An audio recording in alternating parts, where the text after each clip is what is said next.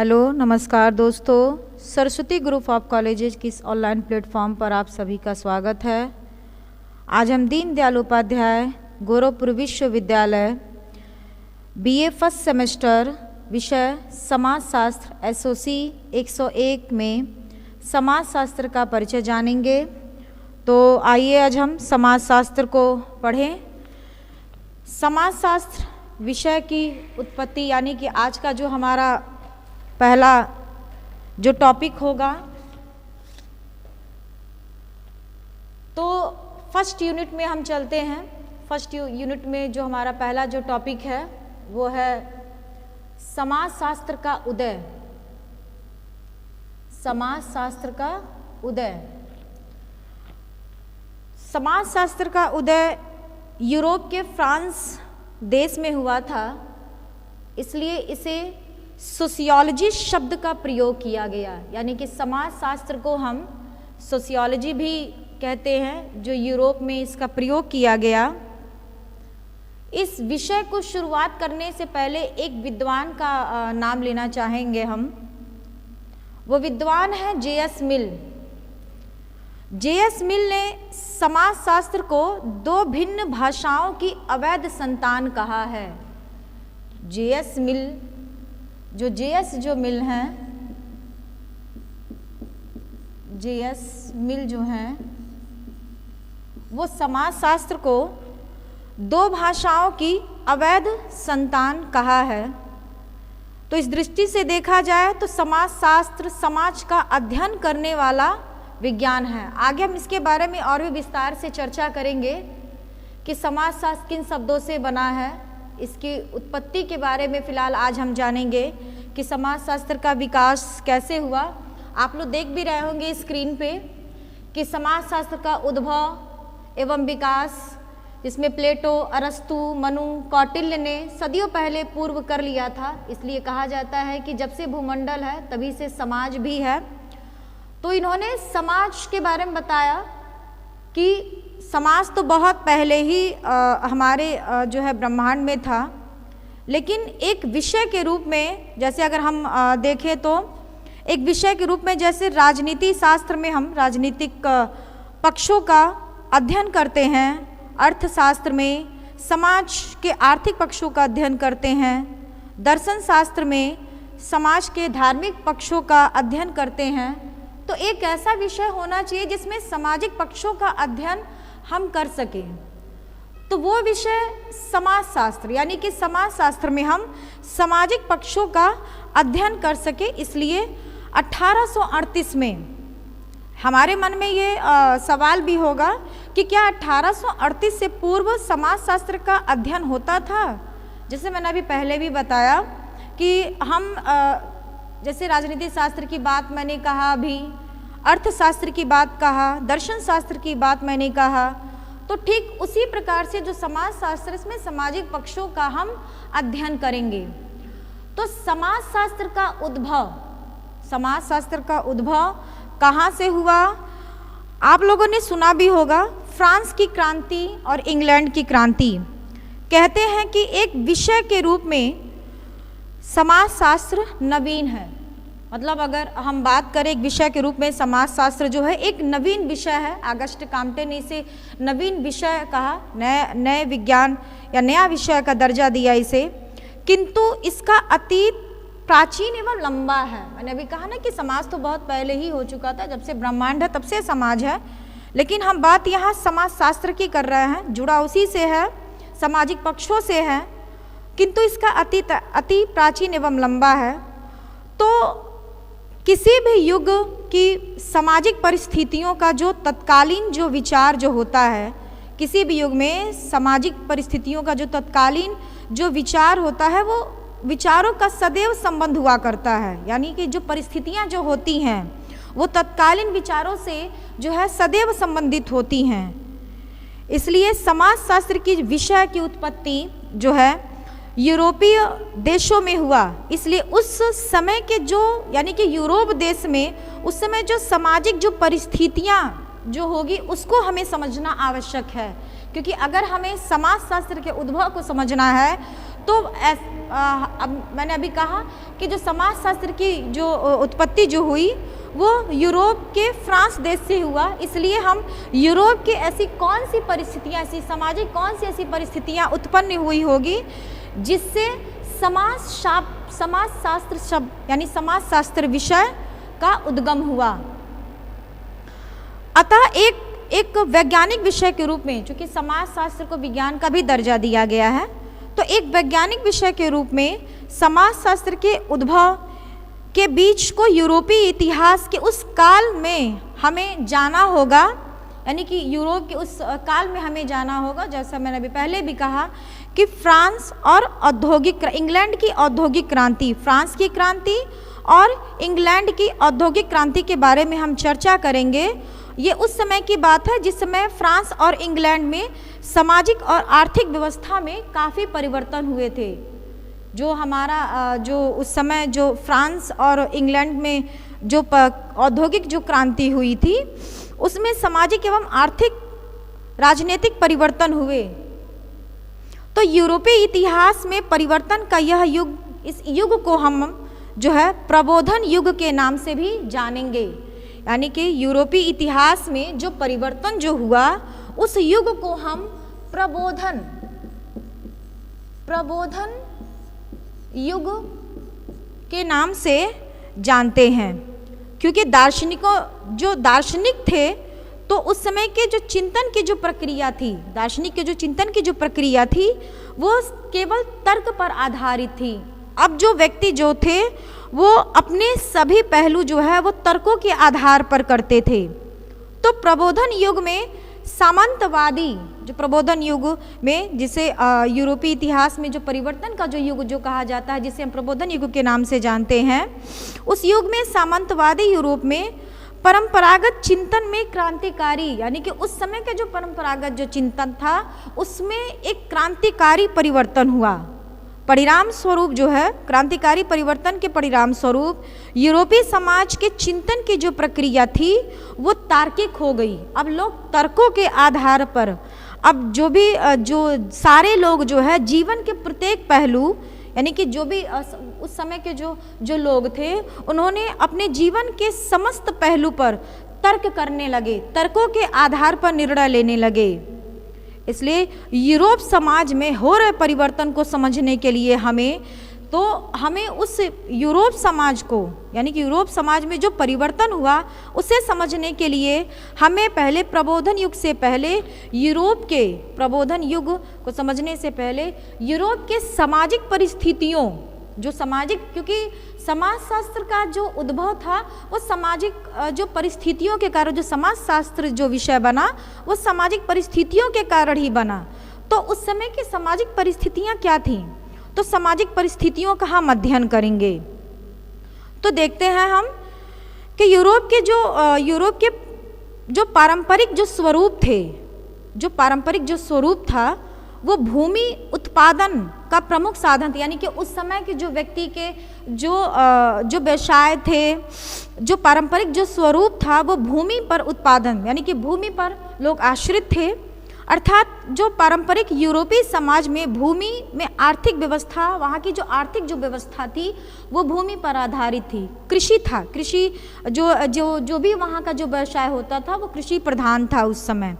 तो समाज उस समय जो है अगर हम देखते हैं तो समाज उस समय दो वर्गों में बटा हुआ था, और वो दो वर्ग कौन थे? एक वर्ग था सामंत और दूसरा वर्ग था किसान। जो यानी कि यूरोप समाज में उस समय जो परंपरागत जो व्यवस्था थी भूमि पर, यानी कि आर्थिक जो व्यवस्था उनकी जो भी होती थी वो भूमि पर आधारित होती थी। तो स्पष्ट है कि उस समय का जो समाज था वो दो वर्गों में बटा था। उस समय का जो समाज था वो दो वर्गों में बटा था, दो वर्गों में बटा था। अब वो दो वर्ग कौन था? जो पहला जो वर्ग था उसे कहते हैं हम सामंत वर्ग। अब वो सामंत कौन थे? जो सामंत जो वर्ग था वो कौन थे? जो भूमि के जो मालिक थे, उस समय के जो भी भूमि के जो मालिक थे, जिनके पास अधिक भूमि था वो अधिक धनी वर्ग माने जाते थे। भूमि का मालिक जो सामंतवादी थे वो कौन थे? भूमि का मालिक था, भूमि का मालिक था।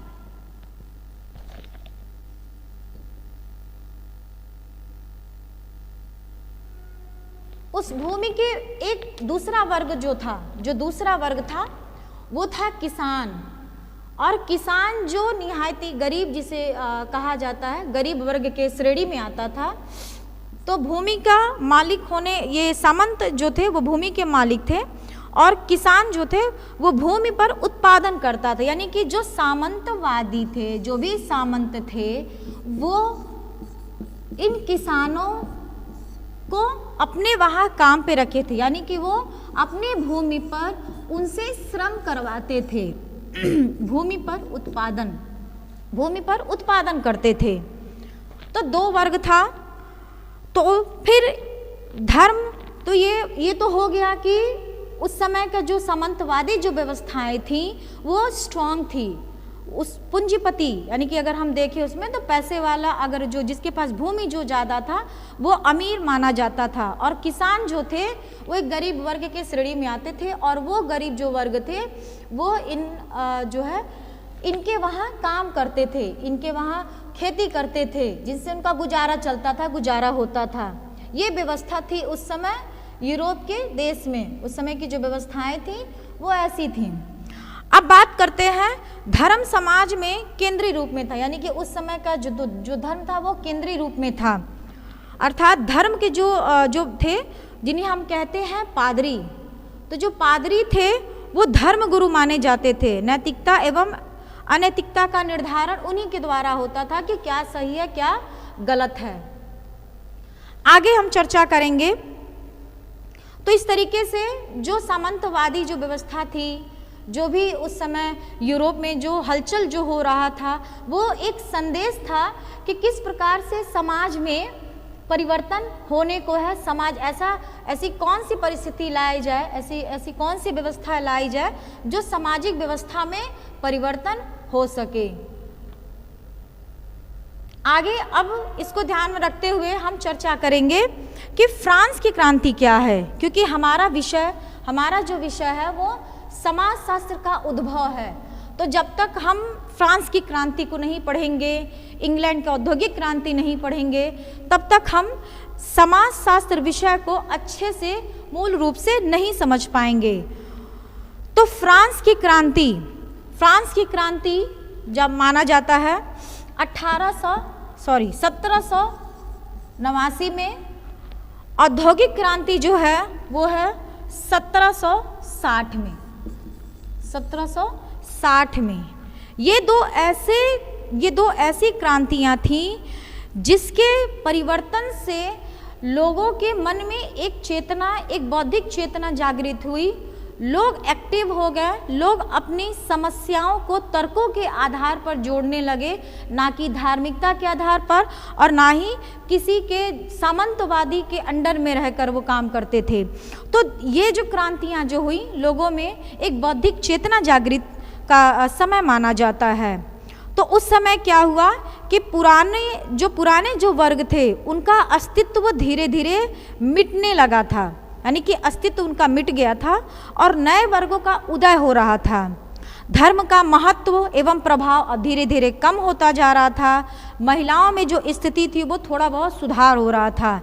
यानी कि अब राजतंत्र का जो खात्मा होता जा रहा था, राजतंत्र अब धीरे धीरे खत्म हो रहा था।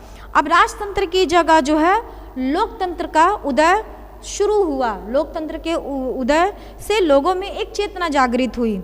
तो जो राजतंत्र जो था, यह अगर देखा जाए तो परंपरा का संरक्षण करता था। लोकतंत्र जो था वो स्वतंत्रता, समानता, न्याय पर आधारित था। मानवीय मूल्य, इसके बिना जो मनुष्य का सर्वांगीण विकास नहीं हो सकता है। यानी कि जो स्वतंत्रता, समानता या न्याय की जो बात, यानी कि लोकतंत्र में जो था वो मानवीय मूल्यों पर आधारित था कि हम मनुष्यों के सर्वांगीण विकास के लिए जो है लोकतंत्र की व्यवस्था करेंगे। तो इस तरीके से यूरोप में औद्योगिक क्रांति और फ्रांसीसी क्रांति से पूर्व जो है यूरोप में दो और क्रांतियां हुई थीं। मतलब यूरोप में औद्योगिक क्रांति और फ्रांसीसी क्रांति से जो पूर्व 2 और क्रांतियाँ हुई थी, जिसे हम वाणिज्यिक क्रांति और वैज्ञानिक क्रांति के नाम से भी जानते हैं। ये ध्यान रहे आप लोगों को कि औद्योगिक क्रांति और फ्रांस की क्रांति से पहले 2 और क्रांतियाँ हुई थी, जिसे हम वाणिज्यिक क्रांति और वैज्ञानिक क्रांति कहते हैं, जो 1450 से 1800 तक चली। जो 1450 से वो 1800 तक चली। इन्हीं 2 क्रांतियों के कालखंड को, ये जो 2 क्रांतियां जो थी जिसको हम वाणिज्यिक और वैज्ञानिक बोलते हैं, इन्हीं क्रांतियों के कालखंड को हम पुनर्जागरण काल के नाम से जानते हैं या पुनर्जागरण काल कहते हैं। इस युग में, मतलब ये जो काल था जिसे हम पुनर्जागरण काल कहते हैं, इस युग में कला, साहित्य, संगीत, मूर्ति कला इत्यादि नए विषयों का जो है धीरे धीरे जन्म होने लगा, नए नई चीज़ें आने लगी। तो पुनर्जागरण जो है ने समाज में परिवर्तन की शुरुआत की, जबकि फ्रांसीसी क्रांति एवं औद्योगिक क्रांति ने उसे जो है एक नया आयाम दिया, नए अंजाम तक पहुंचाया, नए परिणाम तक पहुंचाया। तो इस तरह से समाजशास्त्र के उद्भव में मुख्य रूप से 2 कारण को हम उत्तरदायी मान सकते हैं, और वो 2 कारण कौन थे? फ्रांस की क्रांति और औद्योगिक क्रांति।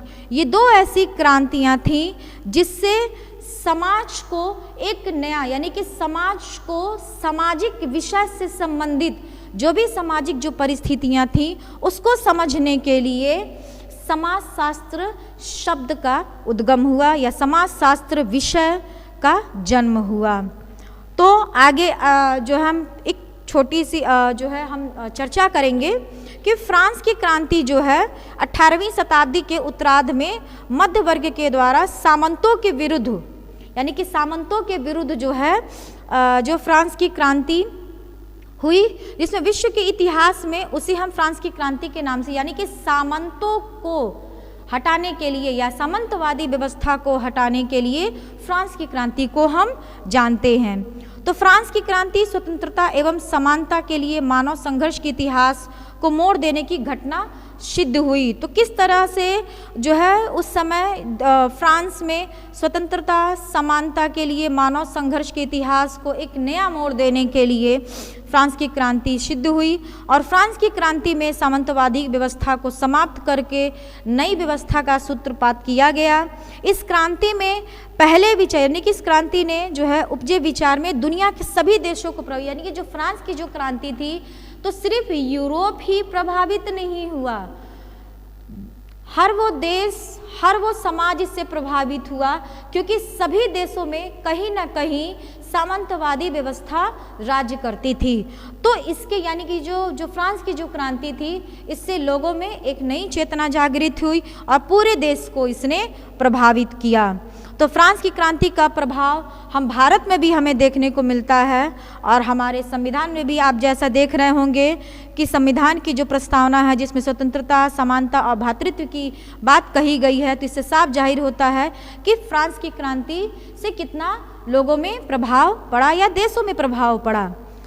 तो इस तरीके से जो है जो फ्रांसीसी जो समाज था सामंतवादी संपत्ति समूहों में बटा हुआ था, जिसमें 3 जो है समूह बटे थे। वो 3 समूह कौन था? जो प्रथम जो समूह जो था उसे हम संपत्ति समूह, यानी कि प्रथम संपत्ति समूह में जिसमें भूस्वामी, जमींदार, सरदार, सामंत, भूमि पर जिसका अधिकार था, यानी कि जो प्रथम जो संपत्ति का जो उत्तराधिकारी था, जिसमें भूस्वामी, जमींदार, सरदार, सामंतवादी ये सब भूमि पर अधिकार करते थे। जो दूसरा समूह बना जिसमें धार्मिक नेता सम्मिलित थे, पादरी, जिसमें सर्वाधिक जो धनवान, उस समय के जो पादरी होते थे वो बहुत धनवान होते थे, और ईसा मसीहों के जो आचार्य होते थे जिसे हम बिशप कहते हैं, वो इस वर्ग यानी कि द्वितीय वर्ग में आते हैं।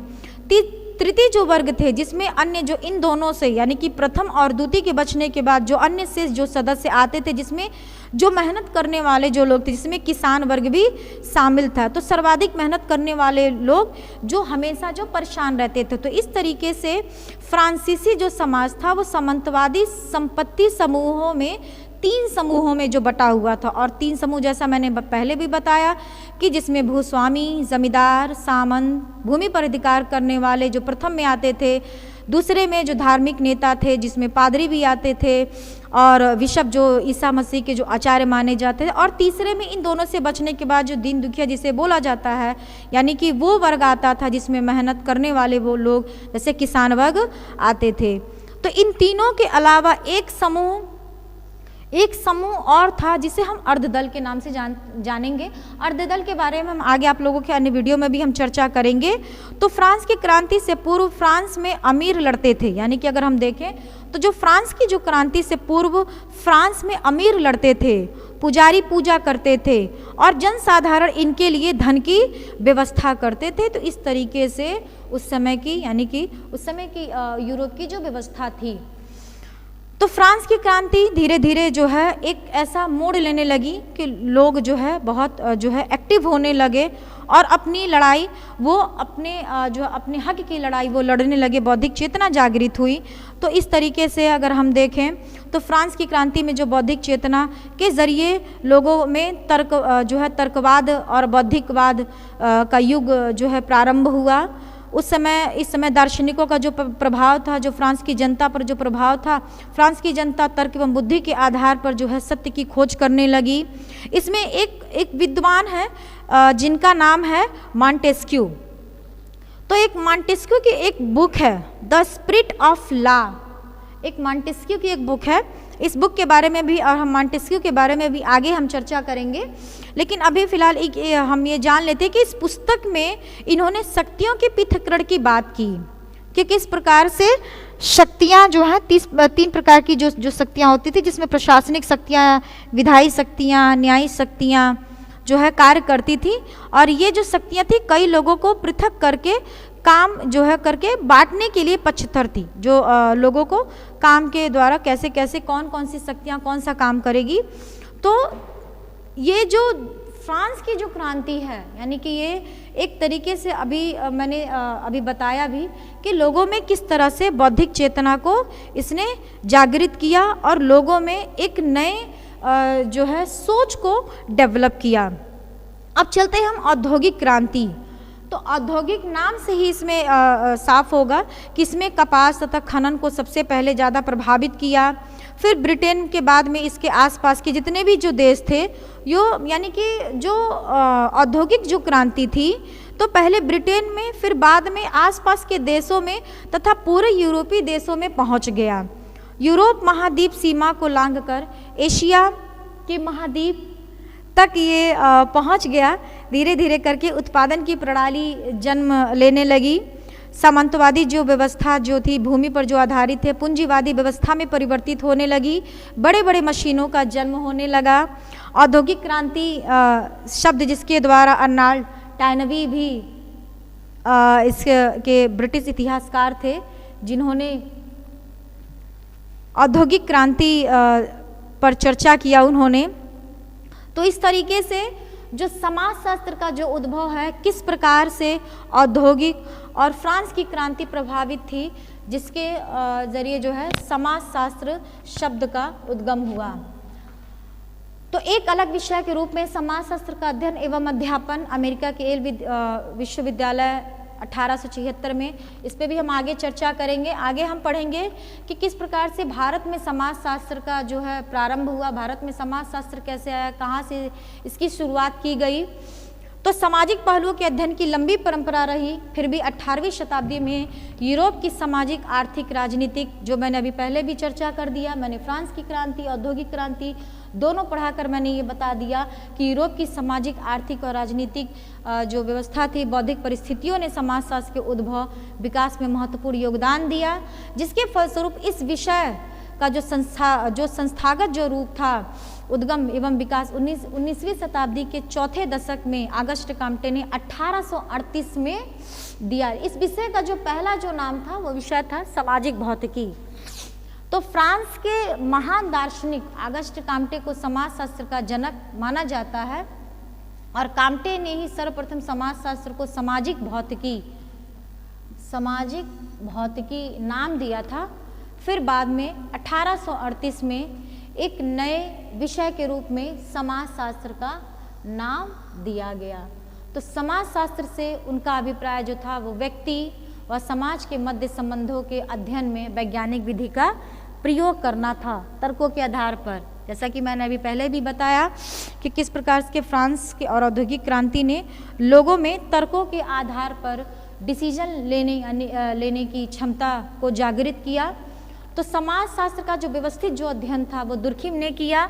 क्रमबद्ध अध्ययन हर्बर्ट स्पेंसर की पुस्तक जिसका नाम है समाजशास्त्र का सिद्धांत प्रकाशित हुआ। इस पुस्तक में उन्होंने समाजशास्त्र के विषय में मान्यता दी, लेकिन इस विषय की उत्पत्ति एवं विकास फ्रांसीसी एवं औद्योगिक क्रांति के परिणाम स्वरूप माना जाता है। तो आप देख सकते हैं कि किस प्रकार के फ्रांस की क्रांति और औद्योगिक क्रांति ने समाजशास्त्र विषय को लोगों तक पहुंचाया, पूरे समाज में इसको किस प्रकार से एक सामाजिक जो है हमारी जो परिस्थितियां जो बनती हैं इसमें हम जानते हैं, पढ़ते हैं, क्योंकि इस क्रांतियों के परिणाम स्वरूप यूरोप में 19वीं शताब्दी के अनेक आर्थिक, सामाजिक एवं राजनीतिक परिवर्तन हुए, जिसके कारण लोगों में चेतना, बौद्धिक जिज्ञासा की वृद्धि महत्वपूर्ण योगदान रहा, जिससे समाजशास्त्र का विकास हुआ। तो सर्वप्रथम पृथक विज्ञान के रूप में अमेरिका में जो है 1876 में विकसित हुआ। समाजशास्त्र जो है सोशियोलॉजी जो शब्द है वो दो शब्दों से बना है। सोसियस जो लैटिन भाषा है जिसको हम सोसियस को बोलते हैं समाज, और लोगस जो ग्रीक भाषा से है जिसको हम शास्त्र बोलते हैं, शास्त्र या विज्ञान बोलते हैं। तो इस तरह समाज का विज्ञान या शास्त्र को हम सोशियोलॉजी या समाजशास्त्र कहते हैं। इसमें कुछ विद्वानों ने जो है परिभाषाएं दी हैं। जो पहले विद्वान है उनका नाम है वार्ड। तो वार्ड ने समाज का जो है समाजशास्त्र को समाज का विज्ञान माना है। तो वही ओडम ने इसे समाजशास्त्र जो समाज का अध्ययन करता है, यानी कि समाजशास्त्र वह विज्ञान है जो समाज का अध्ययन करता है। तो तीसरे जो वैज्ञानिक हैं वो है मैकाइबर एवं पेज, जिन्होंने सामाजिक संबंधों के विषय में यानी कि सामाजिक संबंधों के जाल को उन्होंने समाज कहा है। तो जॉनसन ने इसे सामाजिक समूहों का विज्ञान कहा है, और सामाजिक समूह अंतःक्रियाओं का ही एक व्यवस्था है। तो अगले वीडियो में हम आगे जो है हम समाजशास्त्र, ये इस वीडियो में तो हम लोगों ने उद्भव और विकास के बारे में पढ़ लिया। अगले वीडियो में हम इसे और भी इस समाजशास्त्र के विस्तार से पढ़ेंगे, इनके विद्वानों को जानेंगे, विषय वस्तु को पढ़ेंगे। तो आज के लिए बस इतना ही। धन्यवाद।